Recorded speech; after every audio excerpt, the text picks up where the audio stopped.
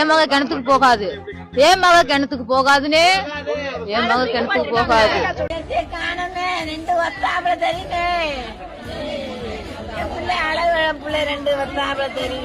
இப்ப நீங்க பாக்குறீங்கல்ல, இந்த உரை கிணத்துக்குள்ள ஒரு 7 வயது சிறுமி விழுந்து இறந்து போயிருக்கு. நீங்க பார்த்தாலே தெரியும், அந்த உரை கிணத்தோட செவரு வந்து 7 வயது சிறுமியோட உயரத்தை விட அதிகமா இருக்கும். அப்ப அந்த சிறுமி தவறி விழுந்திருக்க வாய்ப்பு இல்லை. இருங்க தெளிவா சொல்றேன். அதாவது மதுரையில இருந்து ராமநாதபுரத்துல உள்ள எம்எஸ்கே நகர்ல உள்ள தன்னோட தாத்தா வீட்டுக்கு தன்னோட அம்மாவோட வர்றாங்க. அவங்க அம்மா பேரு கார்த்திகை செல்வி, அந்த 7 வயது சிறுமி பேரு தீப்தி அப்படின்றாங்க. சோ அப்படி இருக்கையில நேற்று முன்தினம், அதாவது ஜூன் 27ஆம் தேதி கார்த்திகை செல்வி ராமநாதபுரம் எம்எஸ்கே நகர்ல உள்ள அவங்களோட அம்மா வீட்டுக்கு கூட்டிட்டு வராங்க அவங்களோட பொண்ணு. இருக்கையில இரவுல அவங்க தூங்கிட்டு இருக்கும்போது கரண்ட் கட் ஆகுது. அதனால புழுக்கமா இருக்கிறதுனால முன் கதவை திறந்து வச்சுட்டு காத்து வரதுக்காண்டி அப்படியே வச்சுட்டு தூங்கிருக்காங்க. அப்ப அந்த சிறுமியும் தூங்கிட்டாங்க. ஆனா காலையில எழுந்து பார்க்கும்போது அந்த சிறுமியை காணோம். அவங்க எல்லா இடமும் தேடுறாங்க, ஊரே தேடுறாங்க. அதுக்கப்புறம் போலீஸ்ட எல்லாம் இன்ஃபார்ம் பண்றாங்க. 50 பேரும் தேடுதல் வேட்டைக்கு அப்புறம் பாத்தீங்கன்னா பக்கத்து வீட்டுல இருந்த கிணத்துக்குள்ள அந்த குழந்தையோட இறந்த உடல் கிடக்கு. அதை போலீசார் மீட்டு எடுக்கிறாங்க. அங்கேயே எல்லாருக்கும் ஈஸியா சந்தேகம் வந்துருது, அந்த குழந்தை தூக்கத்துல எந்திரிச்சு போய் தவறி விழுகிறதுக்கெல்லாம் வாய்ப்பு இல்லை. ஏன்னா அவ்வளவு உயரமா இருக்கு. போலீஸ் விசாரணை போயிட்டு இருக்கு. அந்த சிறுமியோட அம்மா என்ன சொல்றாங்கன்னா, இது வந்து கண்டிப்பா என் குழந்தை தவறி எல்லாம் விழுந்திருக்காது, கிணத்துக்குள்ள விழுகாது, யாரோ தான் என் பிள்ளைய தூக்கி உள்ள போட்டு கொண்டிருக்காங்க அப்படின்னு சொல்லி கதறி அழுகுறாங்க. அந்த சிறுமியை மீட்டு போலீஸ் விசாரணை போயிட்டு இருக்கும்போது திடுக்கிடும் தகவல் கிடைக்குது. என்னன்னா,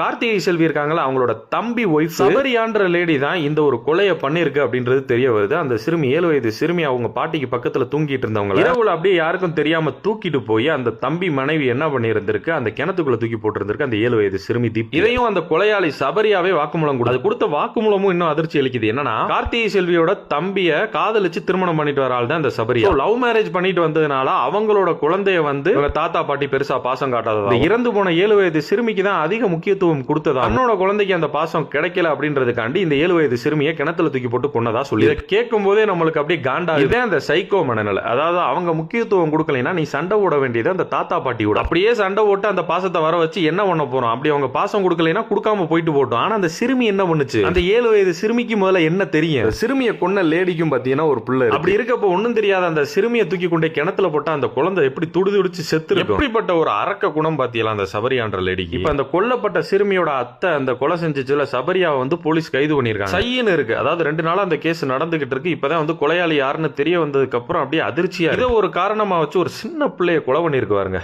சை.